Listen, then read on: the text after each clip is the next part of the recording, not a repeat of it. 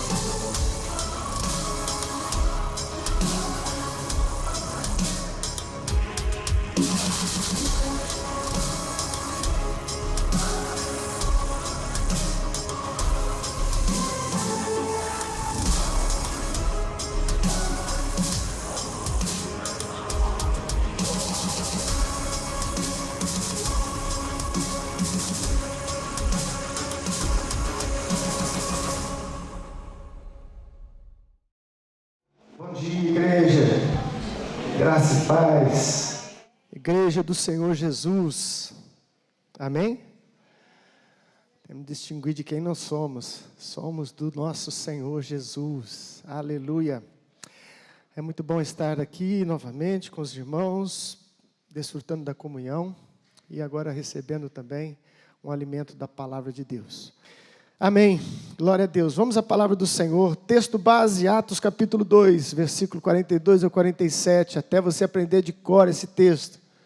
Já tem aí mais de um mês que nós estamos estudando as características de uma igreja saudável. Diz assim: eles se dedicavam ao ensino dos apóstolos e à comunhão, ao partir do pão e às orações. Todos estavam cheios de temor e muitas maravilhas e sinais eram feitos pelos apóstolos. Os que criam mantinham-se unidos e tinham tudo em comum. Vendendo suas propriedades e bens, distribuíam a cada um conforme as suas necessidades. Todos os dias continuavam a reunir-se no pátio do templo. Partiam o pão em suas casas. Olha que detalhe, aonde que era essa comunhão? Nas casas. Partiam o pão nas suas casas e juntos participavam das refeições em casa, com alegria e sinceridade de coração, louvando a Deus e tendo a simpatia de todo o povo. E o Senhor lhes acrescentava diariamente os que iam sendo salvos. Aleluia! Esse final aqui nos enche o coração de alegria, né? Quando vivemos os princípios de Deus, Deus vai abençoar, trazendo vidas para serem cuidadas por nós, amém? Curva a vossa cabeça, vamos orar ao Senhor. Pai amado, eu te dou graças, mais uma vez, pela tua santa e rica palavra. Fala conosco, Espírito Santo, no nosso ser, na nossa individualidade, fala com cada um, Pai, conforme a sua graça e misericórdia, em nome de Jesus. Amém. Aleluia. Para os irmãos que estão aqui, já sabem que nós estamos seguindo aí esse texto, né, e abordando essas características dessa igreja. Já vimos várias coisas que este povo fazia e que nós cremos que o fato deles viverem aquele evangelho puro, natural, foi o que provocou as intervenções divinas, as bênçãos, o acréscimo da igreja e tudo mais que a igreja de Atos viveu, né? E a semana passada eu falei de uma das características da igreja, que era generosidade. E eu disse que eu faria 2 ministrações sobre generosidade. Na semana passada, então, eu tentei mostrar para a igreja por que a igreja deve viver de forma generosa. Por que eu e você devemos ser generosos? Eu apresentei 3 razões. A primeira é porque é uma ordem de Deus clara. Não é uma escolha. Se você é nascido de novo, se você serve ao Rei dos Reis, você tem que viver uma vida de generosidade. É uma ordem que Deus te dá. Amém? Depois, a segunda coisa, eu falei da importância de vivermos generosidade, porque a generosidade trabalha na contramão da avareza e do egoísmo, que são características da velha natureza que ainda estão presentes, latentes na alma humana. Avareza e egoísmo. E quando você coloca em prática a generosidade, a propósito de Deus, você milita contra essas forças e Deus é exaltado e você é abençoado. Amém?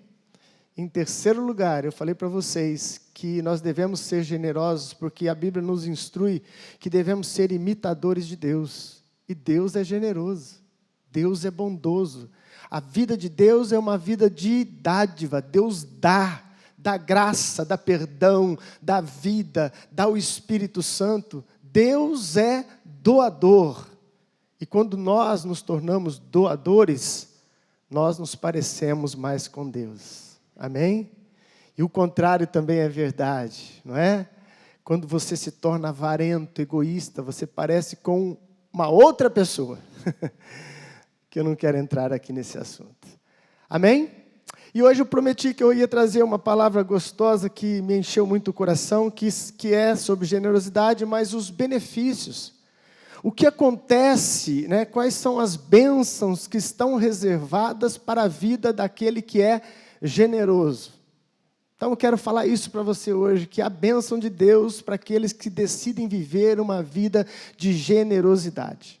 Mas antes de entrar nisso, eu quero também fazer um contrapeso aqui.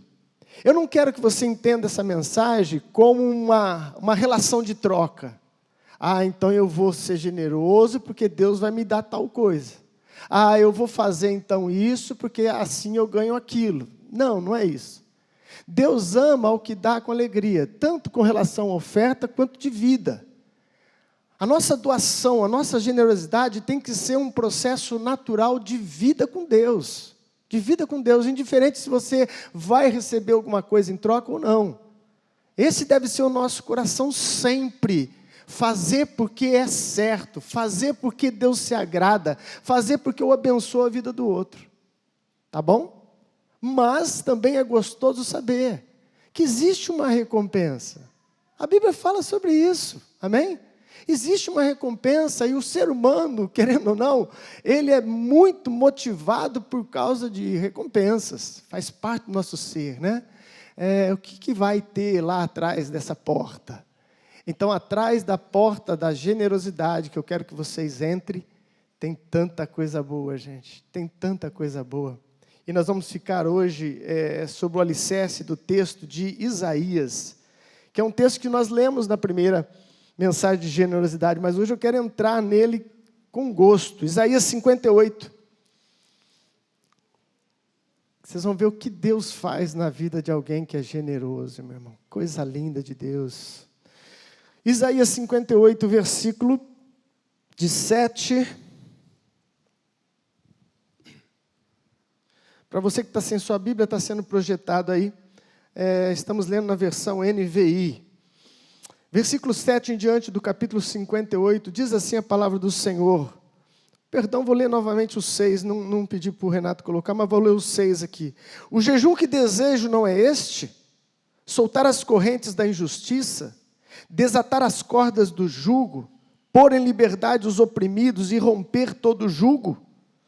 Não é partilhar sua comida com o faminto, abrigar o pobre desamparado, vestir o nu que você encontrou e não recusar ajuda ao próximo? Aí sim, eu gosto dessa versão aqui da NVI, porque ela traz umas palavras nossas, né? Aí sim, você já disse isso alguma vez? Aí sim, hein? Eu falo isso com frequência.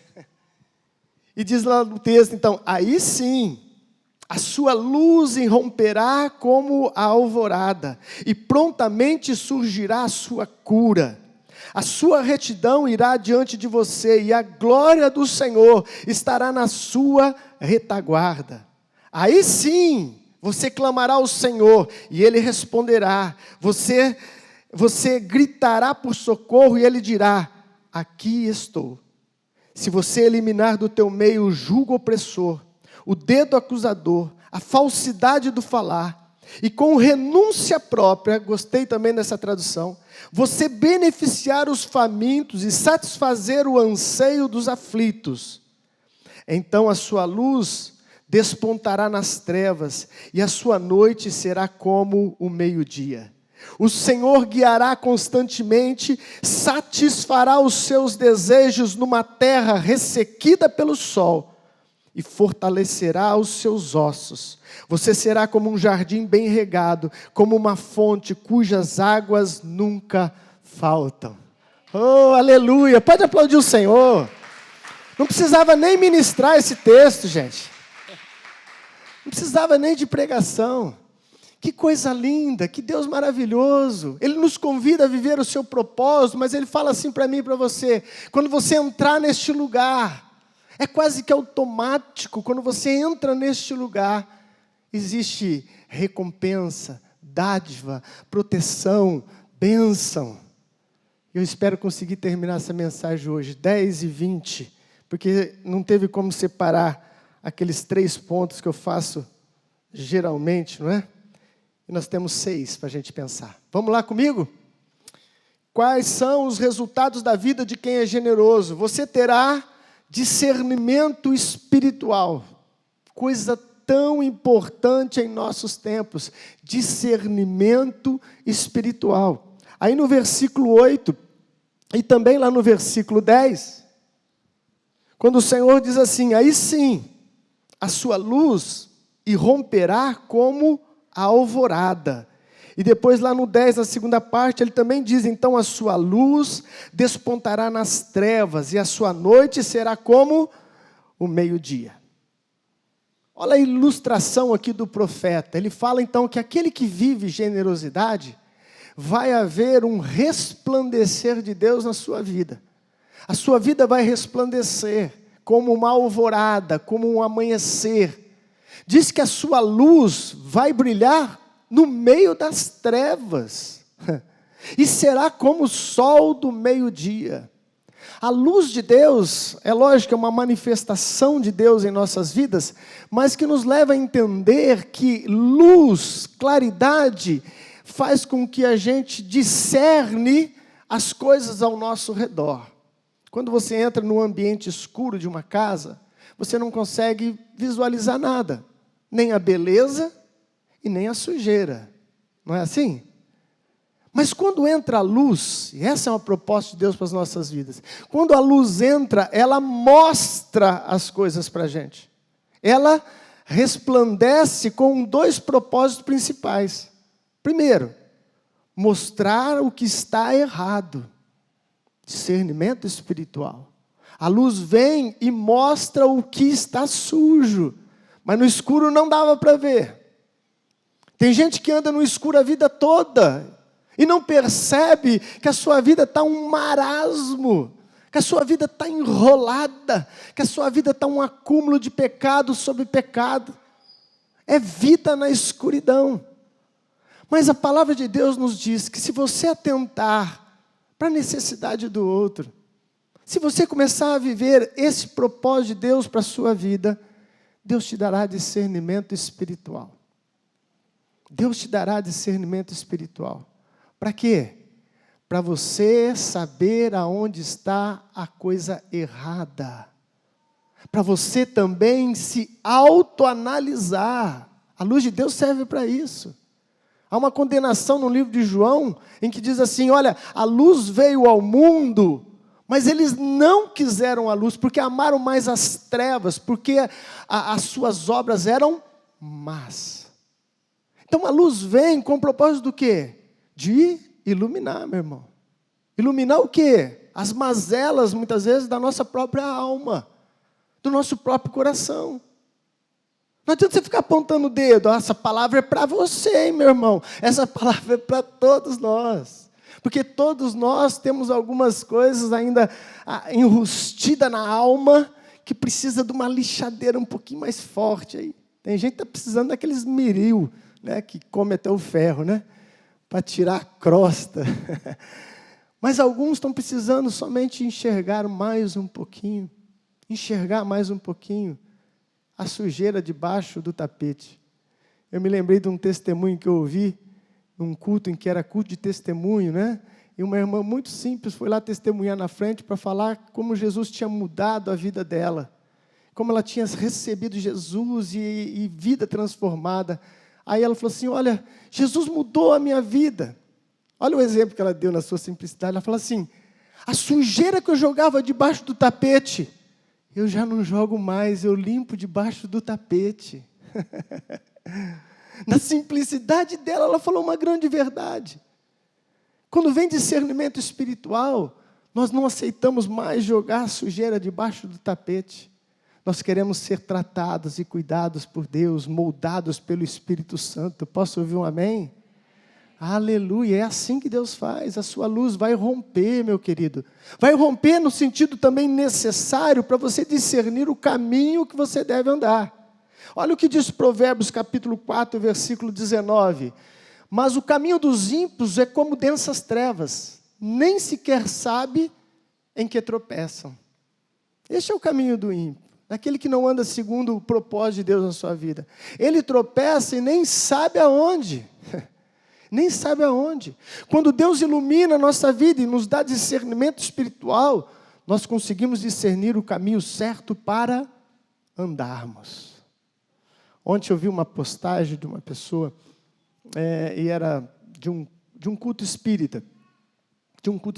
E o homem pregava como um pastor. Eu falei assim, olha, os espíritas estão, né, mudando ali o estilo. E ele pregou como um pastor e começou a citar a Bíblia, né?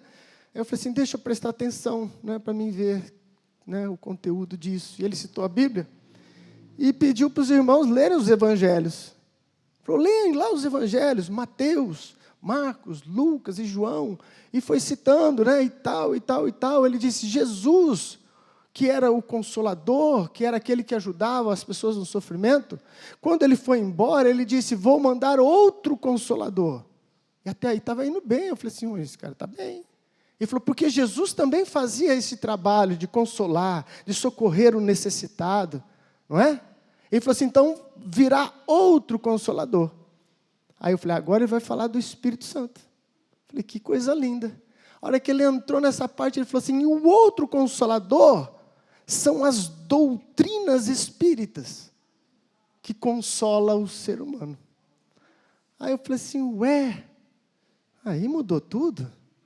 Vamos voltar para o Evangelho? Vamos voltar para o Evangelho? Discernimento espiritual. Aonde você coloca o teu pé? Aonde você tem andado? Quais são as mensagens que alimentam a sua vida? Quem anda com generosidade vai ter discernimento espiritual. Você percebe, você consegue sentir ali aquela distorção suave, você consegue sentir, porque a luz de Deus está sobre a sua vida. Posso ouvir um amém? Segunda coisa, segundo benefício, segundo resultado da vida daquele que é generoso, você terá cura no corpo e na alma. Olha que coisa linda. Versículo 8, ele diz, a sua luz irromperá como a alvorada e prontamente surgirá a sua cura. E ele diz e reforça depois lá também no 11, quando ele diz, e fortalecerá os seus ossos. Olha que coisa interessante. Às vezes nós gastamos tanto para ter saúde, comprando isso, comprando aquilo, né? Comprando remédio, correndo para um lado e correndo para o outro. Mas a palavra de Deus está dizendo que quando você vive o amor que Deus tem proposto para nós, que é de estar atento à necessidade do outro, é sermos generosos, ele diz que a cura vai brotar no seu corpo. Aleluia, amados, isso é bom demais. A cura vai brotar no seu corpo. No Almeida Corrigida ainda fala assim, apressadamente brotará. Eu gostei disso, porque quem tem dor quer pressa, né? A dor não espera. Então a promessa vem já cuidando dessa parte, fala assim, apressadamente a cura vai brotar no seu corpo. Deus pode trazer cura no seu corpo, meu querido, só pelo fato de você estar preocupado com o outro. Isso é comprovado, quando você começa a se doar e ajudar o outro, esquecer um pouco das suas mazelas, até a dor desaparece. Depressão, muita gente é curado quando começa a servir outras pessoas, porque ela consegue sair de si e ver o outro e ajudar o outro. Isso traz cura para a sua alma. Isso traz cura para a sua vida. Não é um nem dois testemunhos que eu já ouvi de gente que estava com tristeza na alma, início de depressão, e começou a se envolver com trabalhos sociais. Começou a enxergar o outro. Espera aí, eu estou com uma dor, mas a dor dele é maior que a minha. Eu vou ajudar ele. E ao fazer isso, que é a prática da palavra de Deus, sem perceber, elas estavam sendo curadas, saradas por Deus. Deus vai fortalecer os nossos ossos. Oh, aleluia! Eu que já passei dos 50, gosto dessa promessa. Fortalece, Senhor, os meus ossos. As cartilagens que estão sendo perdidas, refaz em nome de Jesus. É o processo natural da vida, meu querido. Se você é novo, pode esperar que você vai chegar lá ainda. Na velhice, não na dor. Na velhice. Quem não quer ficar velho está dizendo que quer morrer antes. Quem quer ficar velho aí?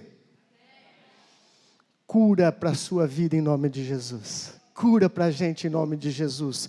Terceiro benefício, você terá proteção divina. Oh, glória. Versículo 8. O finalzinho do versículo 8, ele diz, a glória do Senhor estará na sua retaguarda. A glória do Senhor estará na sua retaguarda. Esse termo retaguarda, ele é bem aplicado quando fala-se de um exército.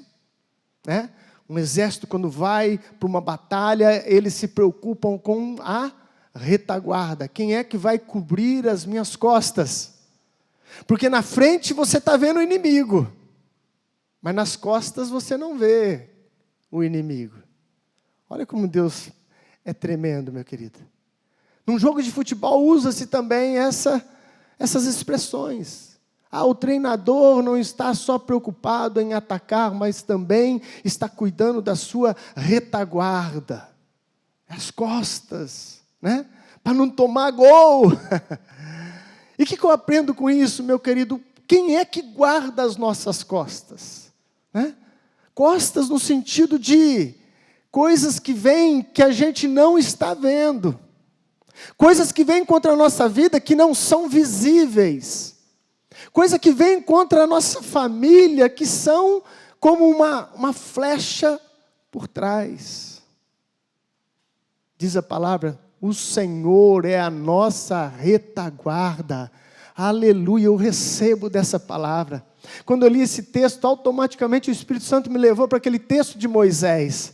Quando Moisés resgata o povo de Israel e vai sair, para a terra prometida. Aí o coração de Faraó endurece e ele começa aquela perseguição. Todos nós conhecemos essa história, até as crianças, não é? E começa aquela perseguição ao ponto deles ficarem num beco sem saída. Diante deles estava o mar. E nas costas, na retaguarda, tinha um inimigo que vinha contra eles. Sabe o que Deus fez ali naquela passagem? Quem lembra? Eu li hoje. Quem lembra?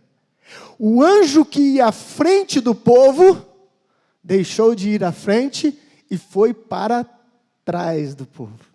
A nuvem da glória de Deus que ia na frente, se moveu e veio para trás. E o povo inimigo, os egípcios, viram-se completamente numa escuridão por causa da nuvem. E o anjo do Senhor protegeu a retaguarda do povo de Israel. Aleluia! Diz o texto que o Senhor fez com que as rodas das carruagens quebrassem. Oh, isso é profético, meu querido. Aqueles que estão vindo contra você pelas suas costas, isso fala de traição, isso fala de calúnia, isso fala de inveja. Quem vai proteger a sua vida, quem guarda as nossas costas, é o Todo-Poderoso, é o Senhor dos Senhores, é Jeová. Aleluia. Eu não vou ficar preocupado com o que estão falando por trás, o que estão caluniando por trás. Gente, surge cada assunto doido que o diabo levanta no meio da igreja, levanta contra a liderança, mas o Senhor está guardando a nossa retaguarda. Na frente eu estou vendo a batalha, eu estou vendo os inimigos, mas aqueles que eu não consigo ver, eu tenho um Deus que guarda a minha vida. Contra maldição, contra macumba, contra feitiçaria, contra qualquer coisa que venha contra a nossa vida, que você não consegue ver, o Senhor está guardando. O Senhor está guardando. Você crê nisso, meu irmão?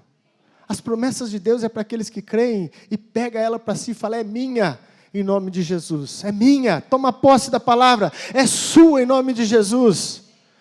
Isso acontece na vida de quem é generoso. Não esqueça disso não, meu querido. Essas são promessas para gente que está socorrendo gente. Aleluia, 4º lugar. Isso aqui também é muito bom. Você terá as orações respondidas. Você terá as suas orações respondidas. Versículo 9. Aí sim. Aí sim. Você clamará ao Senhor e Ele responderá. Você gritará por socorro e Ele dirá, aqui estou, aqui estou. Aleluia.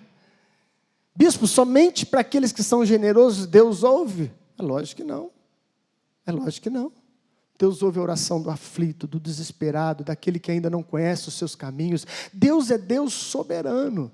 Mas para aqueles que são o seu povo, que têm entendimento, a esses, meu querido, Deus ouve-nos quando nós decidimos andar segundo a sua palavra. Sim ou não? Sim. É completamente diferente, meu querido, o tratar de Deus com o seu povo e o tratar de Deus com aquele que não conhece a palavra. É completamente diferente. Até mesmo a condenação será diferente. Porque quem não conhece está num outro patamar.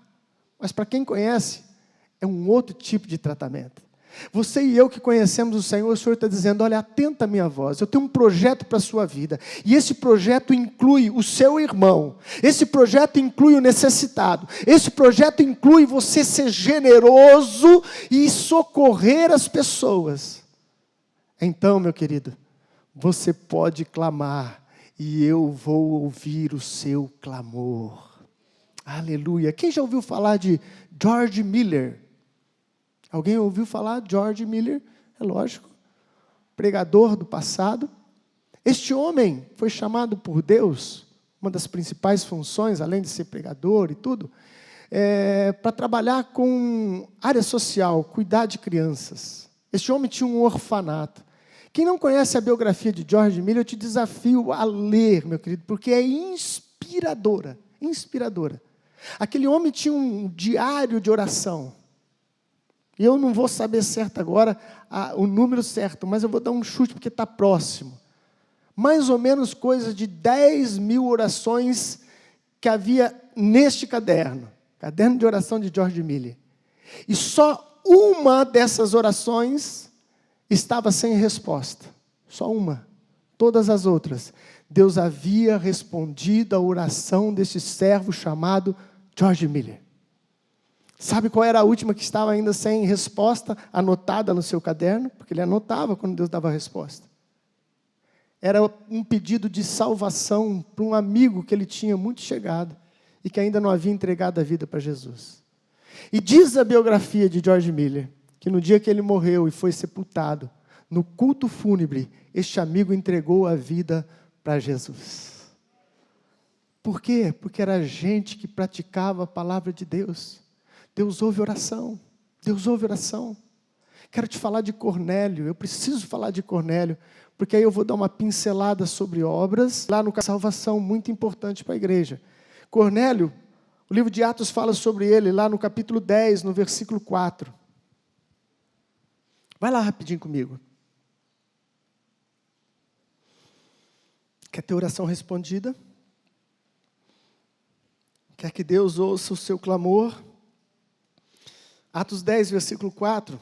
Aliás, o capítulo 10 inteiro vai falar sobre esse assunto, sobre esse homem chamado Cornélio.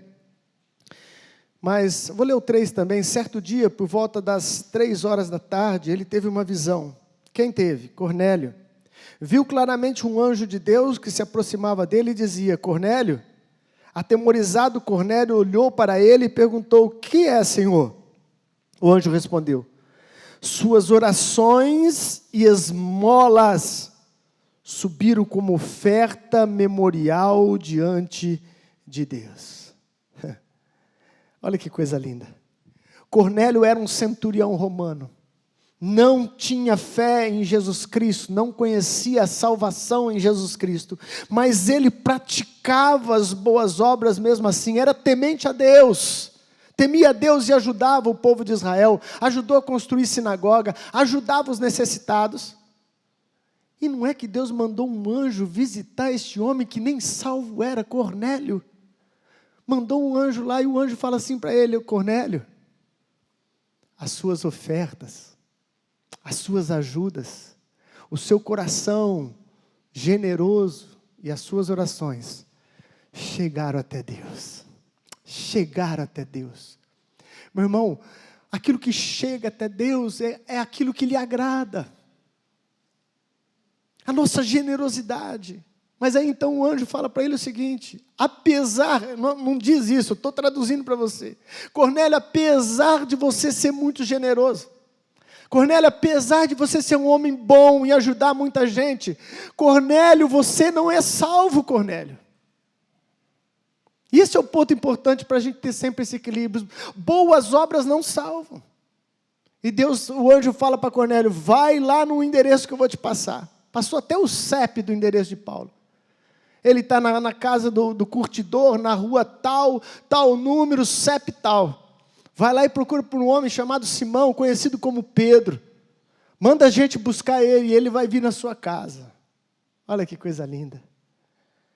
Ele não era salvo, mas até na vida daquele que não é salvo, quando ele é generoso, Deus atende o seu clamor. Deus ouve a sua oração. E ele busca Pedro, reúne toda a família, isso é uma coisa importante.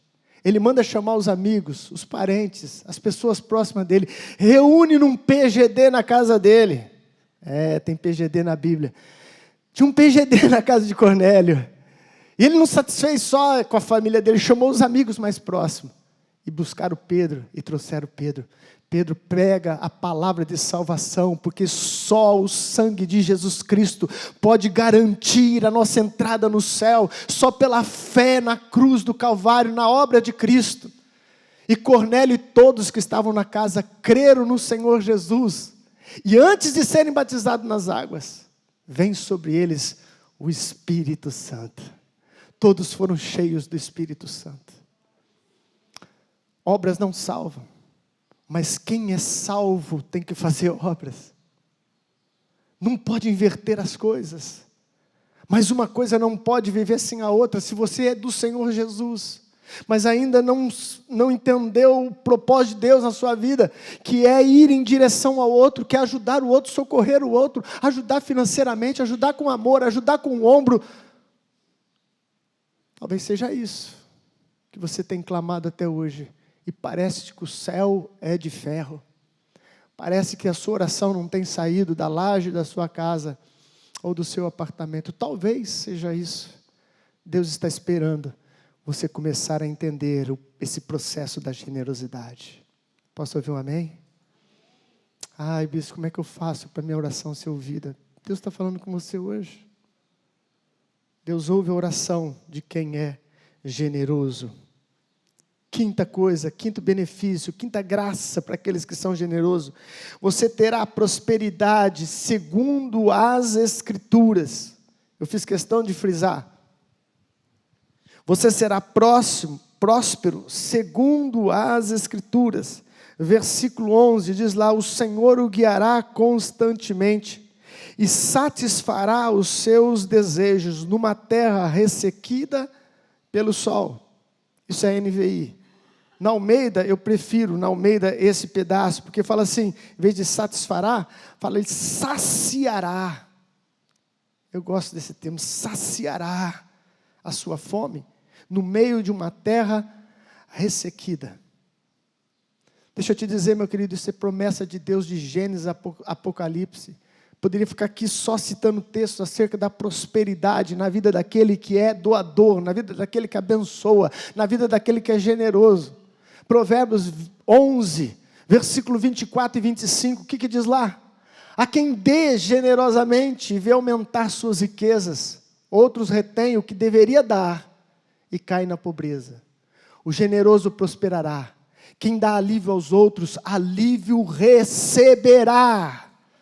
Oh, meu querido, você crê nisso? Não é possível que você crê. Crê mesmo, gente?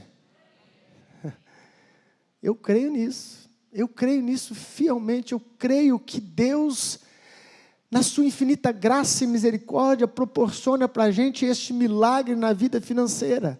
Mas essa prosperidade é segundo as Escrituras. Por quê? Porque estão dizendo que prosperidade é ser muito rico. Estão dizendo lá fora que prosperidade é você ter carros maravilhosos, ou casas maravilhosas. E tudo se resume somente em ter. Mas a prosperidade que Deus nos diz na sua palavra, não é somente ter dinheiro. Ele fala de satisfação. Satisfação. Eu vou saciar a sua fome em uma terra seca. Meu irmão, faz essa comparação aí para você entender. É difícil uma riqueza em um lugar que está nessa situação, numa terra seca. Talvez essa prosperidade que Deus está falando, ela vai além da questão financeira de ter muito dinheiro. E sim, de trazer para a gente o suprimento e a satisfação interior, que é a maior prosperidade que podemos ter. Porque se prosperidade, meu querido, fosse só questão de dinheiro, os ricos seriam as pessoas mais felizes no mundo. E muitos deles se matam, se suicidam, acabam com sua vida nas drogas, no álcool, na prostituição. Que prosperidade que é essa? Que bênção que é essa? A prosperidade prometida na sua palavra é suprimento, abundância, fartura com satisfação. Por que eu sou próspero? Porque eu tenho paz no meu coração. Quem é que pode comprar paz? Manda um rico com dinheiro comprar paz? Quanto que vale uma paz? Quantos milhões vale uma paz? Porque você pode ter muito dinheiro, mas se não tiver paz, você não tem sossego na alma. Eu tenho paz de espírito. Eu tenho satisfação na minha vida. Eu amo a minha vida, eu amo o que eu faço, eu gosto de trabalhar. Trabalhar não é uma dor, não é um peso extraordinário, não é um fardo. Eu vivo satisfeito. Como um PF, estou satisfeito. Sabe o que é um PF? É um prato feito. Estou satisfeito, mas também sei comer as iguarias boas e também fico satisfeito. Eu estou mais ou menos na linha do apóstolo Paulo.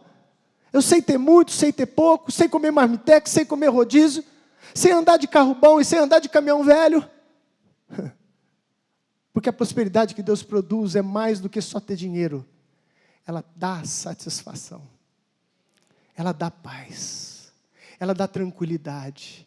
Eu tenho essa satisfação porque eu e a minha casa servimos ao Senhor.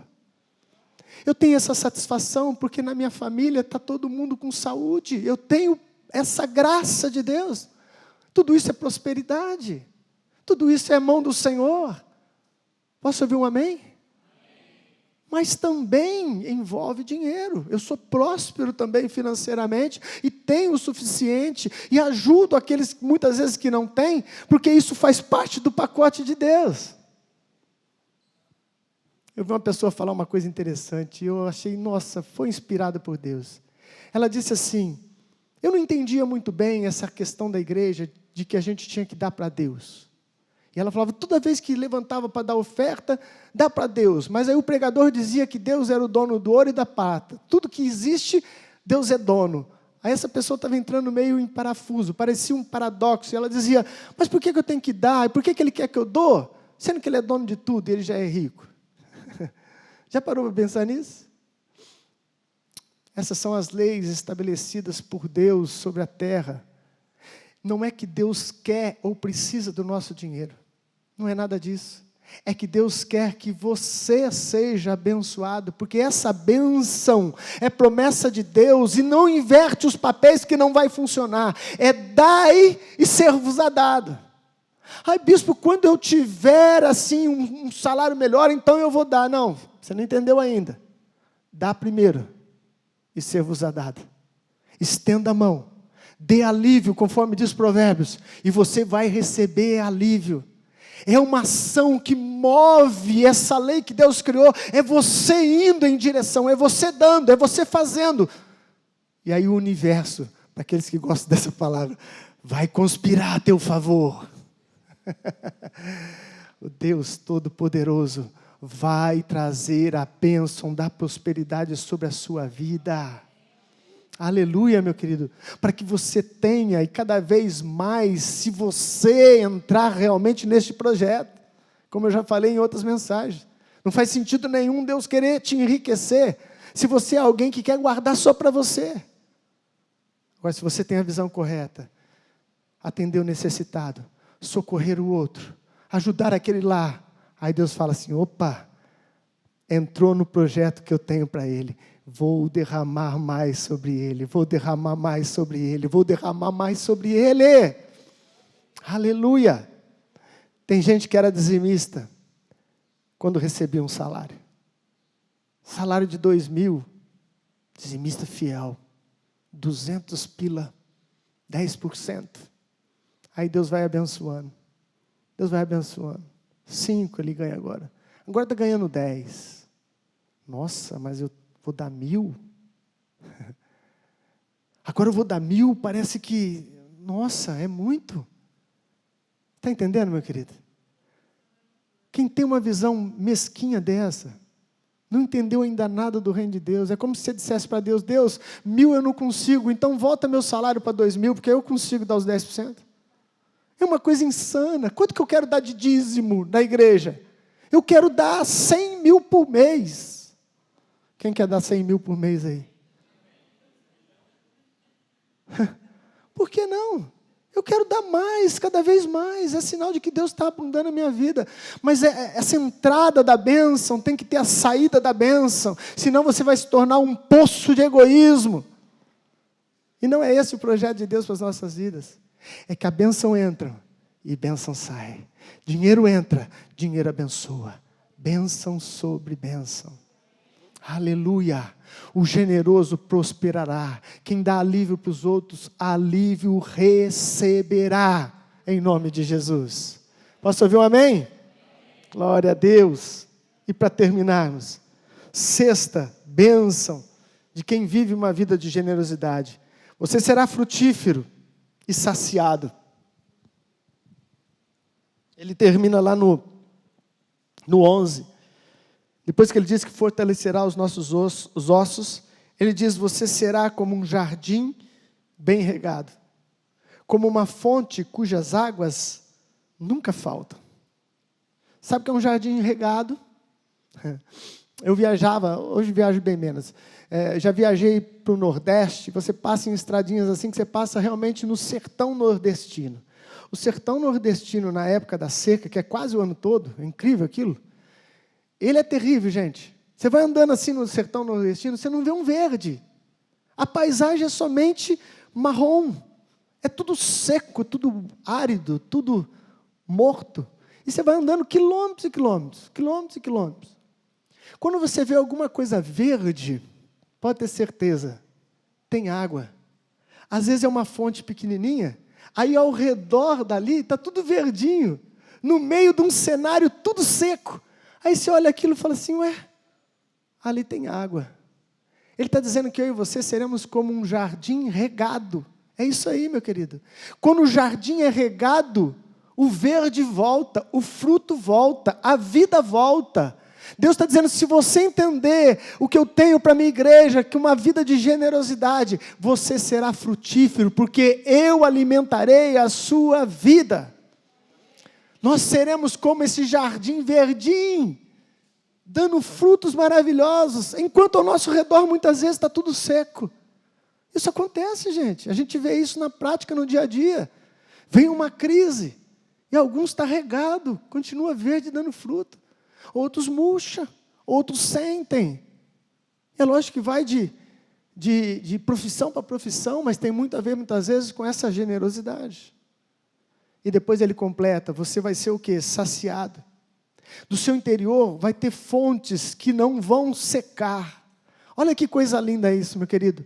Você só pode dar aquilo que você tem. Sim ou não? Sim, nós só damos aquilo que nós temos. Nós não podemos dar algo que nós não temos. E ele disse que vai haver uma fonte em nós que não vai secar. Nós seremos saciados. Qual o propósito de Deus saciar-nos? A gente poder saciar a vida do outro, meu irmão. Nós temos que entender isso. Deus faz para que você estenda a bênção para o outro. Deus abunda para que você veja e deixa sair um pouquinho para o outro. Aquele provérbios que nós lemos, aquele que retém mais do que lhe é devido. Ei, preste atenção nisso.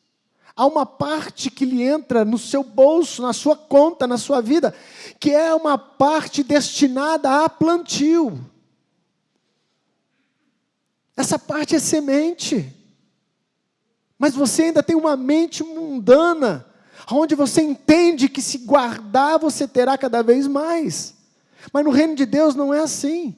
No reino de Deus funciona um pouco diferente. Temos que sim ter economia, administração financeira. Mas o reino de Deus funciona quando eu dou, quando eu libero. Aí vem mais. Aí vem mais. Se você retém aquela parte que Deus colocou na sua mão, e que é semente, e você come a semente, amanhã talvez não haja o fruto, porque não foi plantado. Você está me entendendo, meu querido? Bênção na vida daquele que é generoso. Você será saciado. Saciado na alma, saciado no financeiro, saciado na sua família, no seu casamento, para que você abençoe outros. Para que você tire o seu corpinho abençoado do sofá e diz assim, eu quero abrir um PGD, bispo, aonde eu posso instruir outros, aonde eu posso cuidar de outros. Nós estamos nos tornando preguiçosos espirituais, ninguém quer fazer mais nada. Nós não temos nenhum trabalho na semana, só temos um culto de oração semanal, não temos mais nenhum culto durante a semana. Vamos montar os pequenos grupos. A igreja precisa estar dividida em pequenos grupos, um cuidando do outro, um alimentando o outro, um vivendo para o outro. E eu vou te dizer uma coisa, enquanto a gente não entrar no projeto de Deus, não vai acontecer o final daquele versículo que nós lemos do livro de Atos, e o Senhor acrescentava todos os dias aqueles que iam se salvando. Nós vamos viver generosidade em nome de Jesus. Amém? Vamos ficar de pé. Eu colhi um dado interessante. Eu vou finalizar com isso.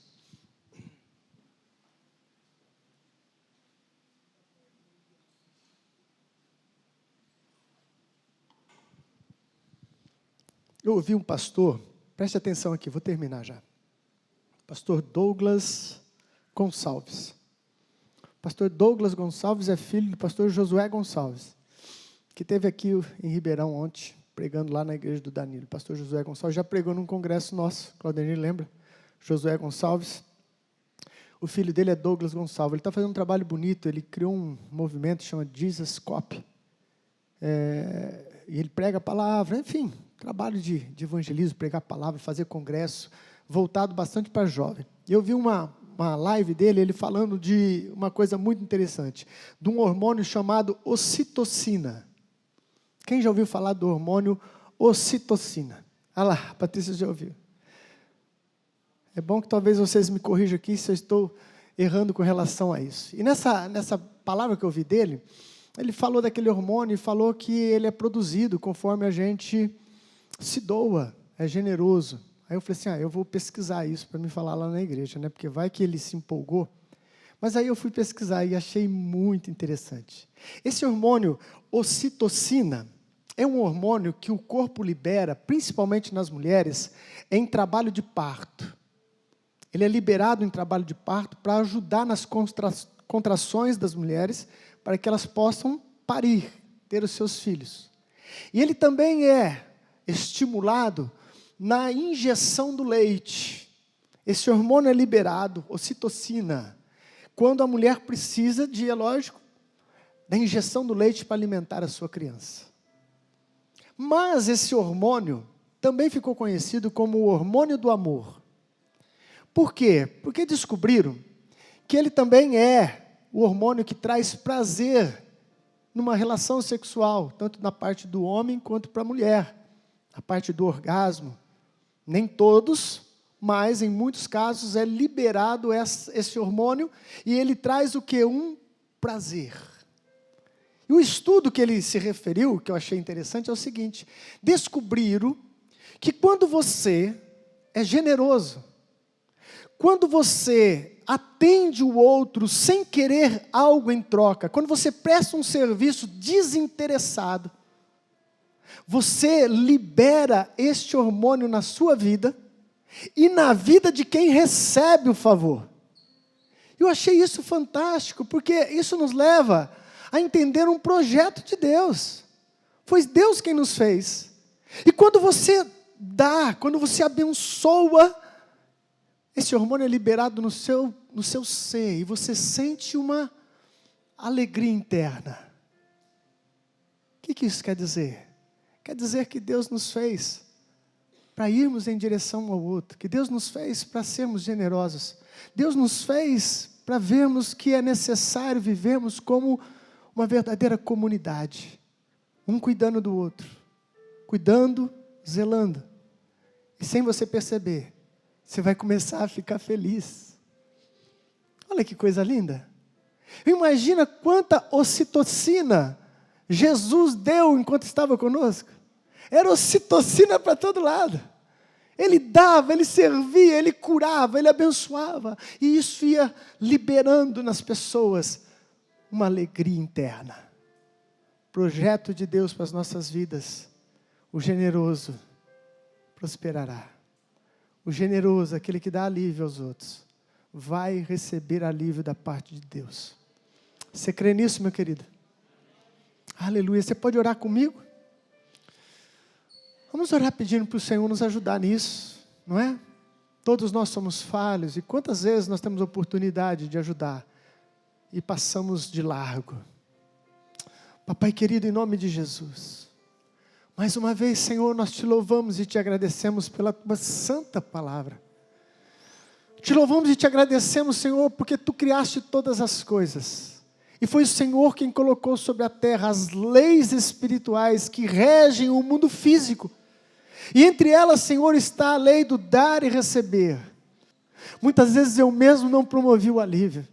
Mas, Pai, nós estamos na tua presença, com o coração aberto, desejosos de recebermos mais de ti, Senhor. Abençoa-nos, ó Deus, dá-nos a tua graça, ajuda-nos, Senhor, a vivermos o projeto que o Senhor tem para cada um de nós e para a sua igreja. Uma igreja generosa, uma igreja que serve, uma igreja que ama. Em nome de Jesus Cristo, Pai, é que nós pedimos e te agradecemos. Amém. Erga a tua mão para o céu. Oh, papai, que o teu infinito amor, que a tua graça, que a doce presença do Espírito Santo e o amor do nosso Salvador esteja conosco e com todo o povo de Deus, hoje e para sempre. Amém. Deus abençoe a sua vida. Povo generoso. Aleluia.